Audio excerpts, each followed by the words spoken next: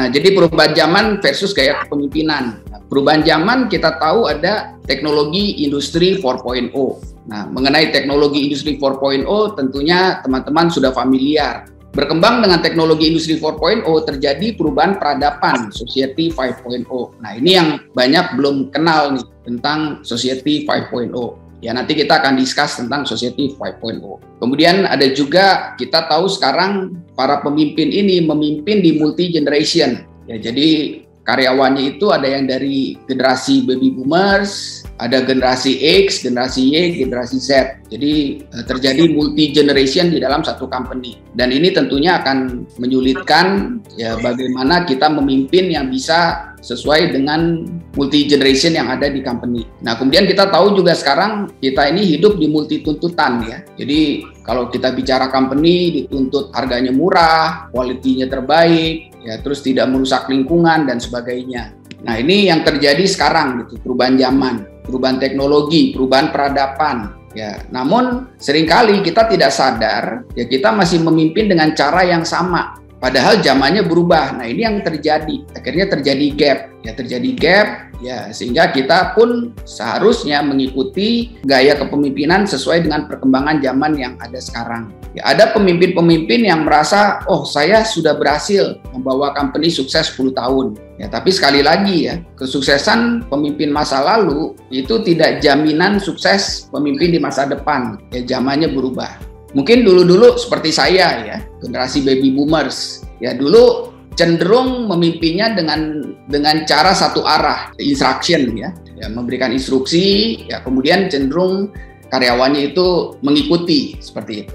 Tapi kalau sekarang udah nggak bisa. Yang kita pimpin nih generasinya generasi yang punya pemikiran luar biasa, yang tidak bisa menerima instruksi begitu aja. Nah, itu perubahan-perubahan yang terjadi. Oleh karena itu, pemimpin wajib memahami perubahan dan menyesuaikan gaya kepemimpinan sesuai perkembangan zaman. Nanti kita akan bicara lebih details ya mengenai gaya kepemimpinan yang harus dilakukan di saat ini. Nah, sebelum kita bicara tentang gaya kepemimpinan, kita akan bicara tentang evolusi leadership. Jadi di abad 19 itu pertumbuhannya relatif lambat, dia cenderung stabil ya, sehingga gaya kepemimpinannya pun lebih fokus ke operation. Nah, kalau kita lihat pergerakan teknologi ya, itu cenderung relatif stabil ya. Jadi fokusnya lebih ke arah operation. Nah, pada saat ini gaya kepemimpinannya lebih ke kontrol manusia. Jadi gaya mandor, ya, sistem mandor. Sehingga kalau generasi saya ya, itu seringkali dibilang, oh ya pemimpin itu harus sering di lapangan. Ya, pemimpin itu harus mengawasi. Ya, orang kalau nggak diawasi itu tidak bekerja. Nah, itu gaya kepemimpinan pada saat itu.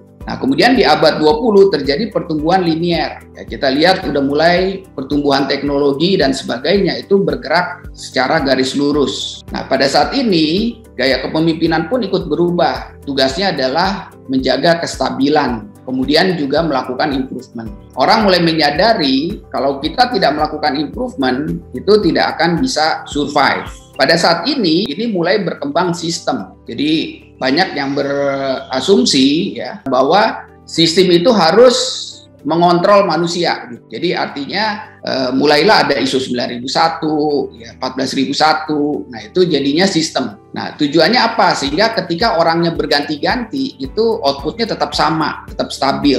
Nah, jadi mulai ada pergerakan di sistem kepemimpinan ya. Nah, jadi kombinasi sistem dengan manusia. Jadi sistem yang mengatur supaya cara kerja setiap orang itu sama. Walaupun orangnya gonta-ganti, ya outputnya tetap sama. Kemudian setelah itu, abad 21, kita lihat terjadi pertumbuhan eksponensial. Nah, kita mengenal industri 4.0, ya mengenal society 5.0, ya ada multi generation, multi tuntutan. Nah, sekarang ini memang pertumbuhannya itu bersifat eksponensial. Nah, sehingga gaya kepemimpinannya pun harus mengikuti. Jadi gaya kepemimpinannya itu harus mampu beradaptasi terhadap perubahan yang sangat cepat, yaitu perubahan yang eksponensial. Kadang-kadang company nggak ada masalah, ya company itu sehat-sehat saja gitu ya. Ya, negara Indonesia juga sehat-sehat saja. Ternyata ada COVID. Nah, itu semua merubah peta bisnis plan yang sudah dibikin oleh perusahaan. Sehingga perusahaan itu harus cepat beradaptasi. Ya, lagi COVID COVID sudah mulai reda, tahu-tahu perang Rusia misalkan. Ya, minyak naik sehingga akhirnya terjadi lagi perubahan-perubahan. Nah, sekarang ini kita itu hidup di zaman yang perubahannya semakin cepat. Nah, oleh karena itu diperlukan gaya kepemimpinan yang sifatnya adaptif.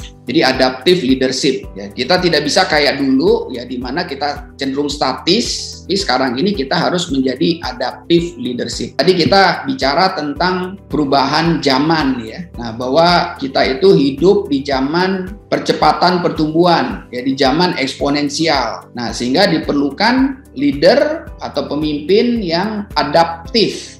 Adaptive leadership gitu ya. Nah, bahwa perubahan akan terjadi cepat, semakin cepat, multi tuntutan ya, dan itu seringkali buat orang yang merasa dulu nggak seperti ini, sekarang menjadi seperti ini gitu ya. Nah, itu akan merasa menjadi beban, ya merasa jadi stres. Nah, tapi buat orang yang sudah memiliki mindset yang baik, yaitu menganggap ya masalah itu adalah sebagai peluang. Nah, oleh karena itu pemimpin di abad 21 itu tidak boleh cengeng gitu ya. Jadi kebetulan karena saya banyak melakukan transformasi di company, ya saya melihat ya itu banyak pemimpin-pemimpin itu yang cengeng.